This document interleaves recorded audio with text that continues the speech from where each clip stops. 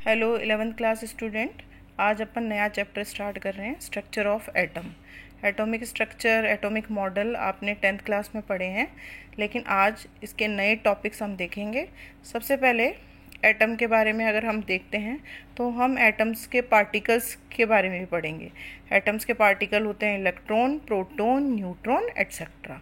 ठीक है, तो इनकी डिस्कवरी कैसे, ये फंडामेंटल पार्टिकल है एटम के, इनकी डिस्कवरी कैसे हुई उसके बारे में पढ़ रहे हैं। सबसे पहले इलेक्ट्रॉन की डिस्कवरी कैसे हुई, फिर उसके बाद हम प्रोटॉन की डिस्कवरी देखेंगे, फिर न्यूट्रॉन की देखेंगे। तो सबसे पहले इलेक्ट्रॉन की डिस्कवरी कैसे हुई उसके लिए एक एक्सपेरिमेंट देखना होगा। हमारा नया टॉपिक देखो, ये cathode rays discovery of electron, यानी कैथोड रेज से इलेक्ट्रॉन की डिस्कवरी हुई। तो हमारे दिमाग में ये भी है कि ये कैथोड रेज क्या है ना। तो देखो, इन 1859 एक साइंटिस्ट थे जूलियस प्लकर, ठीक है। तो उन्होंने एक एक्सपेरिमेंट किया, और एक्सपेरिमेंट किया कैसे, एक कांच की यू ट्यूब ली और उसके अंदर गैसेस फिल की, एक ही टाइप की गैस, और जिसे बोला उन्होंने डिस्चार्ज ट्यूब। और वो ट्यूब जो थी, मैं आपको डायग्राम से बता देती हूँ, ऐसी ट्यूब थी वो। देखो, एक इस तरह की सिलेंड्रिकल ट्यूब ग्लास की बनी हुई है, और उसके अंदर एनोड और कैथोड लगाए, इधर एनोड और इधर कैथोड लगाया, दिख रहा है आपको। और इसको कैसे बनाए एनोड और कैथोड, इसको बैटरी के पोल से कनेक्ट कर दो तो ये एनोड और कैथोड बन जाते हैं। और एक वैक्यूम पंप है। वैक्यूम पंप का काम है कि हम जितना चाहें उतना एटमॉस्फेयर इसमें क्रिएट कर सकते हैं। तो उन्होंने इस ट्यूब में, सिलेंड्रिकल ट्यूब में गैसेस ली, लेकिन गैसेस बहुत लो प्रेशर पे ली, मतलब बहुत कम गैस थी, और हाई वोल्टेज क्रिएट किया इसके अंदर। ठीक है, जब उन्होंने ऐसा किया तो उन्होंने देखा कि जैसे ही लो प्रेशर और हाई वोल्टेज क्रिएट होता है तो यहाँ से कुछ रेज, कैथोड से कुछ रेज एनोड की साइड मूव करने लगती है। उन्होंने ये देखा है। और वो कैसे देखा, यहाँ पीछे जिंक सल्फाइड की कोटिंग की इन्होंने। तो उन्होंने देखा कि यहाँ से कुछ पार्टिकल्स स्ट्राइक कर रहे हैं और यहाँ जाके और जिंक सल्फाइड की उस पर कोटिंग पे स्ट्राइक कर रहे हैं। तो यानी कोई ना कोई रेज यहाँ से कैथोड से निकलकर एनोड पे जा रही है। ये उन्होंने एक्सपेरिमेंट देखा।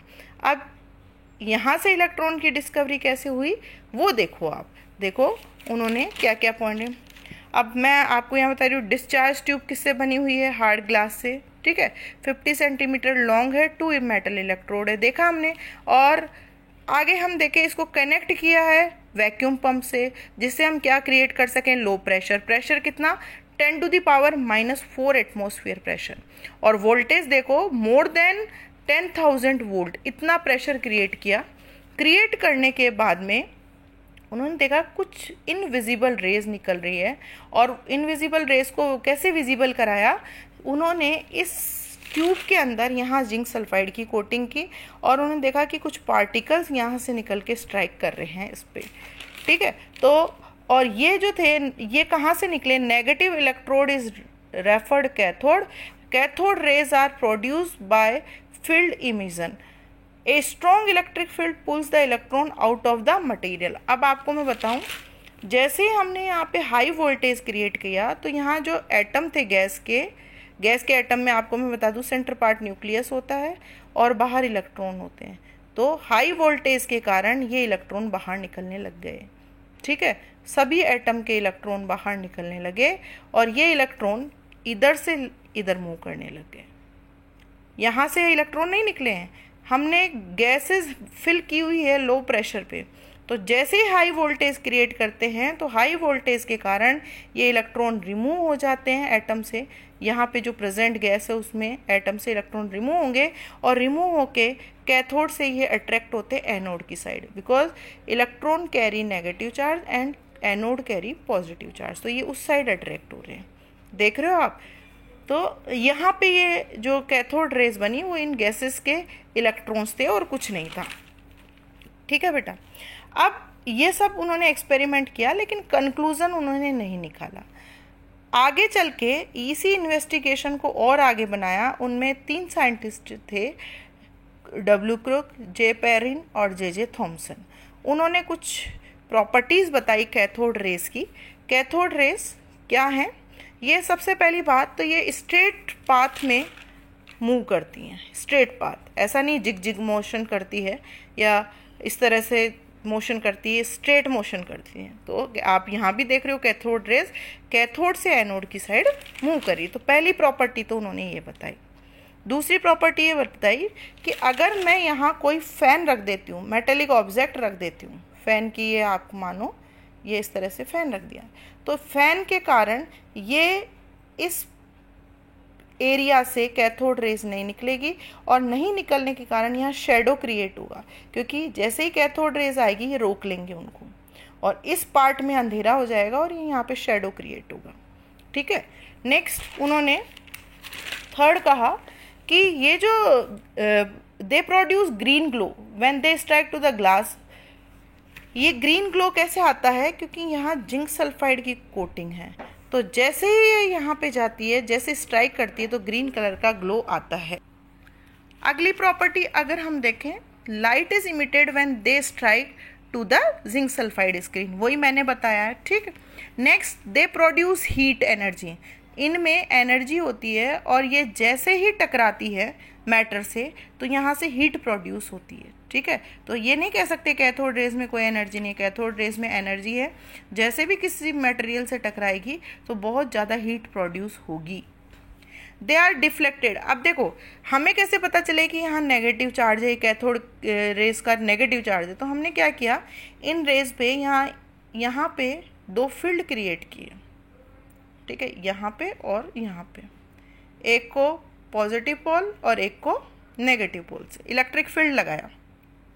जैसे ही इलेक्ट्रिक फील्ड लगाया तो हमने देखा ये रेज जो है वो पॉजिटिव साइड मूव कर रही है, सारी की सारी रेज पॉजिटिव साइड मूव करने लगी। यानी इनका खुद का चार्ज नेगेटिव है, इसीलिए ये पॉजिटिव पार्ट की तरफ, देखो यहाँ इलेक्ट्रिक फील्ड लगाया है, देख रहे हो, और यहाँ पॉजिटिव और ये नेगेटिव प्लेट। जैसे ही हमने इस फील्ड लगाया ये सारी रेज स्ट्रेट ना जाके और पॉजिटिव प्लेट की तरफ मूव करने लग जाती है। यानी इन कैथोड रेज का खुद का चार्ज नेगेटिव है, इनमें जो पार्टिकल्स हैं उनका खुद का चार्ज नेगेटिव है, इसीलिए ये पॉजिटिव प्लेट की तरफ अट्रैक्ट हो रही है। तो ये तो कंफर्म हो गया कि कैथोड रेज जो है वो नेगेटिवली चार्ज पार्टिकल्स हैं। ठीक है। तो इन नेगेटिव चार्ज पार्टिकल को हमने समझा है। आगे इन नेगेटिव चार्ज पार्टिकल को आगे चल के इलेक्ट्रॉन्स नाम दिया गया। तो सबसे पहले जो इलेक्ट्रॉन की डिस्कवरी हुई है वो यहीं से हुई है, इलेक्ट्रॉन की डिस्कवरी। आगे देखो, जैसे ही ये rays when cathode rays fall on the material, किसी भी मटेरियल पे गिर जाती है तो वहाँ से एक्स रेज प्रोड्यूस होती है। ये उन पार्टिकल्स को आयोनाइज कर देते हैं और एक्स रेज प्रोड्यूस करते हैं। ये फोटोग्राफिक फिल्म को भी इफेक्ट करते हैं और ये किसी भी थिन फॉइल में से पेनिट्रेट हो सकती है, मूव कर सकती है, आगे जा सकती है कैथोड रेज में। और इनका जो नेचर है वो इन दो चीज़ों पे कभी डिपेंड नहीं करता। नेचर ऑफ कैथोड, ये कैथोड किसी का भी बनाओ उससे कोई फ़र्क नहीं पड़ता। दूसरा, इसके अंदर कोई भी गैस फिल हो उस पर भी फ़र्क नहीं पड़ता, क्योंकि गैसियस एटम कोई भी हो, इलेक्ट्रॉन सेम है। जब ये बाहर निकलेंगे तो कैथोड रेज प्रोड्यूस होगी। तो हमने आज इलेक्ट्रॉन की डिस्कवरी समझी है। मैं दोबारा से उसको समराइज कर दूं कि एटॉमिक मॉडल आपने 10th क्लास में 9th क्लास में पढ़ा है, लेकिन एटॉमिक मॉडल में आपने पढ़ लिया जैसे Thompson model, Rutherford model, Niels Bohr model, ये आपने पढ़ा। लेकिन उनमें ये जो, जैसे उन्होंने कहा कि नेगेटिव चार्ज पार्टिकल भी है, पॉजिटिव चार्ज पार्टिकल भी है, उनकी डिस्कवरी कैसे हुई, तो इलेक्ट्रॉन, प्रोटॉन, न्यूट्रॉन की डिस्कवरी हम यहाँ देखेंगे।